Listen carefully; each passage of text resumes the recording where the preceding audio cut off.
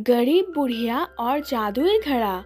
Hello दोस्तों, ये कहानी है एक छोटे से गांव मोहनपुर की, जहां मोहिनी नाम की गरीब बुढ़िया अपने बेटे राहुल और अपनी बहू किंजल के साथ रहा करती थी। मोहिनी बहुत ही ईमानदार और बहुत ही अच्छे स्वभाव की औरत थी। मोहिनी अपने बेटे और बहू को बहुत ही प्यार किया करती थी, लेकिन मोहिनी की बहू किंजल वो बहुत ही लालची और घमंडी थी। किंजल को तो सिर्फ आराम करना था। ऐसे ही एक दिन मोहिनी अपने बहू से कहती है, अरे बहू, मेरे लिए एक गिलास पानी लाना तो। तभी किंजल गुस्से में अपने मन में कहती है, अरे ये क्या, दिन रात ये बुढ़िया मुझे से काम करवाती है। इस बुढ़िया से कैसे छुटकारा पाओ, यही समझ में नहीं आ रहा। तभी किंजल अपने सास के पास जाती है और कहती है, क्या माँ जी, आपको समझ में नहीं आता? दिन रात आप मुझसे काम करवाती है। आपको पता नहीं होता मुझे कितना सारा काम होता है। आपको क्या बताए, आपको तो सब बैठे बैठे ऑर्डर देना आता है। तभी किंजल की सास मोहिनी कहती है, अरे बेटा, मुझे माफ कर दो। मेरी तो उम्र हो गई है, इसलिए मैं कुछ भी काम नहीं कर पाती। तुम तो मेरी बहू हो, अगर तुम मेरी मदद नहीं करोगी तो कौन करेगा? तभी किंजल गुस्से में कहती है, ऐसा नहीं चलेगा सासू जी, समझिए आप, मुझे दिन रात काम करना होता है। अब से आप काम करोगी, समझ गई आप? तभी बेचारी मोहिनी कहती है, लेकिन बेटी, मेरी तो उम्र हो गई है, मैं कैसे काम कर सकती हूँ? तभी किंजल गुस्से में कहती है, नहीं नहीं नहीं, मुझे कुछ भी नहीं सुनना। ये सब आपके बहाने हैं, समझी? अगर आप अब से काम नहीं करोगी तो मैं आपको घर से बाहर निकाल दूंगी, समझी आप? और ऐसे ही बेचारी मोहिनी अपनी बहू को कुछ भी नहीं कह पाती है। और ऐसे ही अगले दिन से किंजल अपनी सास को बहुत सारा काम करवाती है और बेचारी मोहिनी बिना कुछ कहे चुपचाप अपना काम कर लेती है। तभी एक दिन राहुल देख लेता है कि उसकी माँ काम कर रही है। तभी राहुल को बहुत ही गुस्सा आता है और राहुल अपनी पत्नी किंजल को बुलाता है, अरे किंजल, ओ किंजल, कहाँ गई तुम? तभी किंजल आती है और कहती है, अरे क्या हुआ जी, आप इतना चिल्ला क्यों रहे हो? तभी राहुल कहता है, तुम कह रही हो कि क्या हुआ? तुम मेरी माँ से काम करवा रही हो। तुमको समझ में नहीं आता कि मेरी माँ कितनी बूढ़ी है? तुमको शर्म नहीं आती क्या मेरी माँ से काम करवाते? तभी दोनों की बातें सुनकर मोहिनी कहती है, अरे बेटा, तुम दोनों झगड़ा मत करो। मुझे बेटा किंजल ने काम करने के लिए नहीं कहा था, बल्कि ये काम तो मैं खुद से कर रही थी। और ऐसे ही मोहिनी ने अपने बेटे को गुस्सा शांत कर देती है। लेकिन ये बात किंजल को पसंद नहीं आई थी कि उसका पति उसको डांट रहा था। और ऐसे ही एक दिन किंजल अपनी सहेली के पास जाती है कि तभी किंजल कहती है, अरे पुष्पा, तुम्हारी सास कहाँ गई?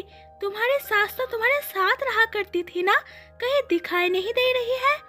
तभी किंजल की दोस्त पुष्पा कहती है, अरे बहन, मेरी सास को तो मैंने और मेरे पति ने घर से बाहर निकाल दिया। दिन रात पड़ी रहा करती थी, कुछ भी काम भी नहीं किया करती थी, इसलिए मेरे और मेरे पति भी उसको निकाल दिया। तभी किंजल कहती है, लेकिन बहन, तेरा पति तो अपनी माँ से बहुत प्यार करता था, तो उसने कैसे निकाल दिया? तभी किंजल की दोस्त कहती है, अरे बहन, मैंने अपने पति को अपने साथ रखा, उससे बहुत प्यार किया और अपनी बातों में फंसा कर दो अपने माँ के विरुद्ध कर दिया, जिससे वो गुस्सा होकर अपनी माँ को निकाल दिया, समझी?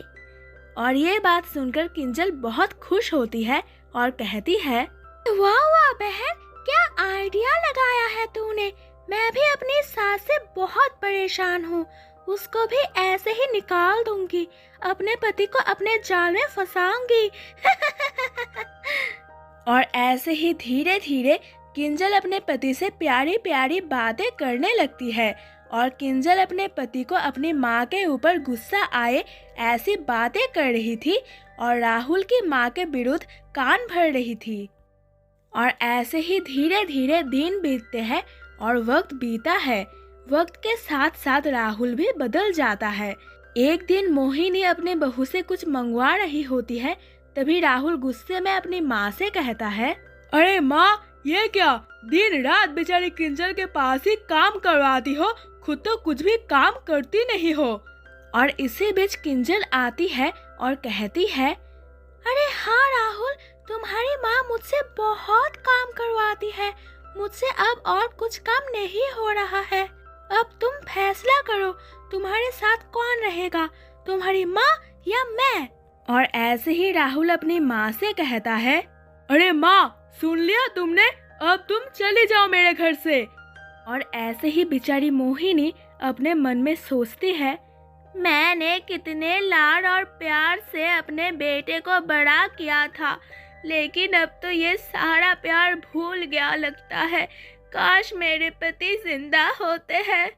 तभी मोहिनी अपने बेटे से कहती है, ठीक है बेटा, जैसी तुम्हारी मर्जी, लेकिन मैं इस घर से अपने पति की अमानत ये पीतल का घड़ा ले जाती हूँ और कुछ नहीं चाहिए मुझे बेटा।